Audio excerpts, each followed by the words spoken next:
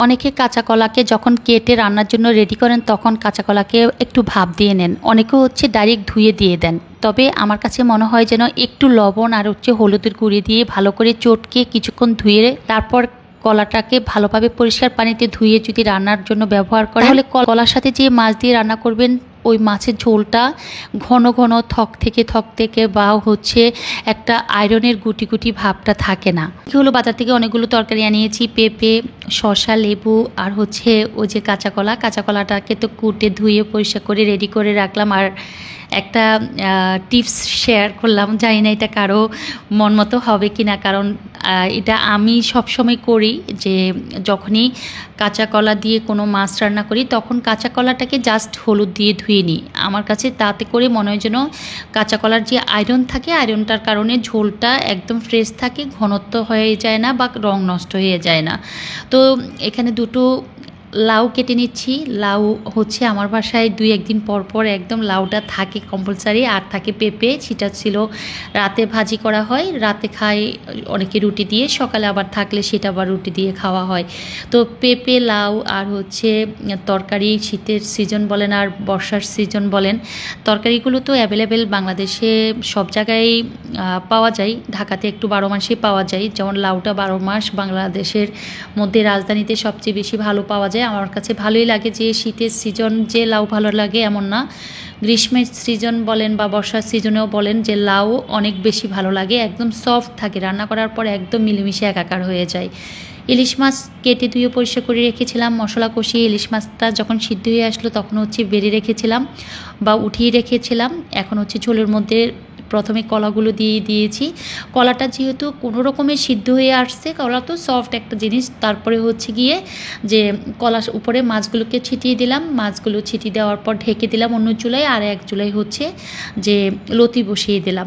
তো এদিকে হচ্ছে কিছু 3 পিস কিনেছিলাম গতকালকে, যেগুলো আসলে একজনকে গিফট করবো, আমার এক মামি শাশুড়িকে। তো সেজন্য হচ্ছে ওনার জন্য 3টা, একটা কাপড় হচ্ছে আমার জন্য আর 2টো 3 পিস হচ্ছে ওনার জন্য আমি নিয়েছিলাম। একদম বৃষ্টি ভেজা একটা দুপুর, একদম 12টার পরে কিন্তু বৃষ্টি চলে আসছে, আর এই ওয়েদারটা আমার কাছে অনেক বেশি ভালো লাগে। আমি সবসময় সবার সাথে শেয়ার করি, দুটো ঋতুকে অনেক বেশি লাইক করি, শীত এবং বর্ষাকাল, দুটো ঋতুই আমার কাছে অনেক বেশি পছন্দ। 12টার পরপর পুরো বাসাটা পরিষ্কার পরিচ্ছন্নতা সবসময়ই করা হয়। আর হচ্ছে লেবু পানি নেওয়া হচ্ছে, আমি আর লিখন হচ্ছে দুপুর 12টার পরে হচ্ছে একটু লেবু পানি খাই। লিখন হচ্ছে স্কুল থেকে এসে যখন ঘামিয়ে একদম একাকার হয়ে যায়, ও একটু রেস্ট নিয়ে 1 গ্লাস লেবু পানি খায়, 2টো লেবু দেওয়া হয় ওর গ্লাসে, আর আমার জন্য 2টো লেবু নিয়ে চিপে চটকে দেওয়া হয় আমি যখন রান্নার কাছে থাকি বা রান্নাঘরে থাকি। তো অ্যাকচুয়ালি হচ্ছে লতি রান্না চিংড়ি মাছ দিয়ে, আর চুলোয় হচ্ছে ইলিশ মাছ দিয়ে কাঁচা কলা রান্না। আর সকালে খাবার দাবারের পর তো পুরো বাসার সব কিছু জমা হয়ে যায়, এটা নিত্য মানে প্রত্যেকটা পরিবারে হয়। আমি ব্লগ করছি হয়তো তাই একটু দেখানো হচ্ছে। আর হচ্ছে চিংড়ি মাছ দিয়ে লাউ রান্না করব। এদিকে লেবু পানিগুলো আমি আমারটা খেয়ে নিচ্ছি, ওদেরটা ওরা ফ্রিজে রাখছে। আর লতিগুলোর মধ্যে হচ্ছে যেহেতু লতি সিদ্ধ হতে বেশিক্ষণ টাইম লাগে না, 2টো তরকারি কিন্তু সফট, একদম 2টো তরকারি কিন্তু তাড়াতাড়ি হয়ে যাচ্ছে। তো সেই ক্ষেত্রে হচ্ছে 2টো তরকারি, একটা তরকারি ছিল সেটা লতিতে হচ্ছে আমি ধনিয়া পাতা দিয়ে নামিয়ে ফেললাম।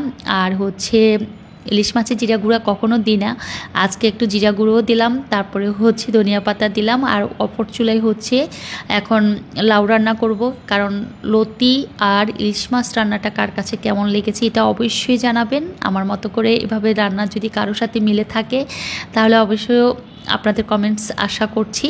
বর্ষাকাল চলে যাচ্ছে, শীত আসতেছে, পেয়ারাটাও বর্ষার সিজনে ভালো লাগে, এটা চলে গেলে 12 মাস পাওয়া যায়, বাট বর্ষার সিজনটাই মনে যেন পেয়ারাটা বেস্ট খাবার একটা ফল। হচ্ছে পেয়ারাগুলো কেটে নিচ্ছে, এদিকে হচ্ছে চিংড়ি মাছ দিয়ে লাউ রান্না বসিয়ে দিচ্ছি।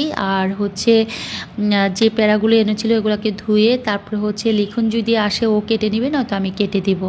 লাউ দিয়ে হচ্ছে চিংড়ি মাছ দিয়ে রান্নাটা অলওয়েজ করি, লাউ দিয়ে ইলিশ মাছ দিয়েও রান্না করা যায়, লাউ দিয়ে রুই মাছ দিয়ে রান্না করা যায়। লাউয়ের প্রশংসা করে আর শেষ করা যাবে না, কারণ লাউ অনেক মানে ভালো একটা খাবার, যে খাবারটা আমার 12 মাসই ভালো লাগে, 12 মাসে সব খাবারই ভালো লাগে, তারপরে লাউটার প্রশংসা আমি একটু করলাম।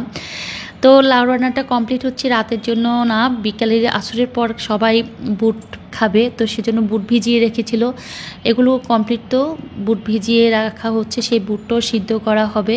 তো একটু ওয়েট করছিলাম, হসপিটালে রোগী থাকায় তার জন্য হচ্ছে খাবার রেডি করে রেখেছি। প্রত্যেকটা টিফিন ক্যারিয়ার বাটিতে ইলিশ মাছ, লতি রান্না, তারপর হচ্ছে পাতলা ডাল, সাদা ভাত নিয়েছি। শুধু লাউ রান্নাটার জন্য একটু ওয়েট করছি, লাউ রান্নাটা কমপ্লিট হলেই হচ্ছে আমি হসপিটালের খাবারটা পাঠিয়ে দিব। এই তো দুপুরে রান্নাবান্না শেষ, তো সকল খাবার দাবার শেষ, রেস্ট নেওয়ার পর আসরের আজান দিবার আগ মুহূর্তে হচ্ছে আবার যে বিকালের জন্য চায়ের সাথে দেওয়ার জন্য বুট, পেঁয়াজু এগুলো হচ্ছে রেডি করা হবে। আর মুড়ি, বুট, পেঁয়াজু এগুলোর সাথে তো মুড়ি, মাছ যাতে হচ্ছে বয়মে সংরক্ষণ করে নিচ্ছি। আর বুট ভাজি, পেঁয়াজু, তারপরে হচ্ছে শসা কুচি, আর হচ্ছে পেঁয়াজ কুচি, পোড়ামরিচ, মানে যেটা ভাজা পোড়ামরিচ বলি, যারা যেভাবে খেতে চায় তাদের জন্য সেভাবে রেডি করা হচ্ছে। এই তো দুপুরে রান্নাবান্না শেষ, তো একদম ফ্রেশ হয়ে গোসল টোসল করে সবাইকে খাবার দাবার দিয়ে একটু রেস্ট নিয়ে আবার আসরের আজান দিবার আগ মুহূর্তে হচ্ছে চায়ের সাথে কিছু খাবার দেওয়া বা নাস্তার আইটেম দেওয়া। তো সেক্ষেত্রে হচ্ছে বুট, পেঁয়াজু আর হচ্ছে মুড়ি, তারপরে হচ্ছে এই তো শসা কুচি, একটু পেঁয়াজ কুচি, তারপরে হচ্ছে পোড়ামরিচ, সব কিছু দিয়ে হচ্ছে বিকালের নাস্তার আইটেমটাও আপনাদের সাথে একটু শেয়ার করলাম। আর এই তো আসলে নিত্যদিনের নিত্য খাবার, নিত্য আয়োজন একটু একটু করে সবার সাথে শেয়ার করা, সবার কমেন্টস পড়তে ভালো লাগে বা অনেকে অনেক রকমের কমেন্টস করেন। সব কিছু মিলিয়ে সবাই অনেক বেশি ভালো থাকবেন, সুস্থ থাকবেন, আমার জন্য দোয়া করবেন, আপনাদের জন্য দোয়া।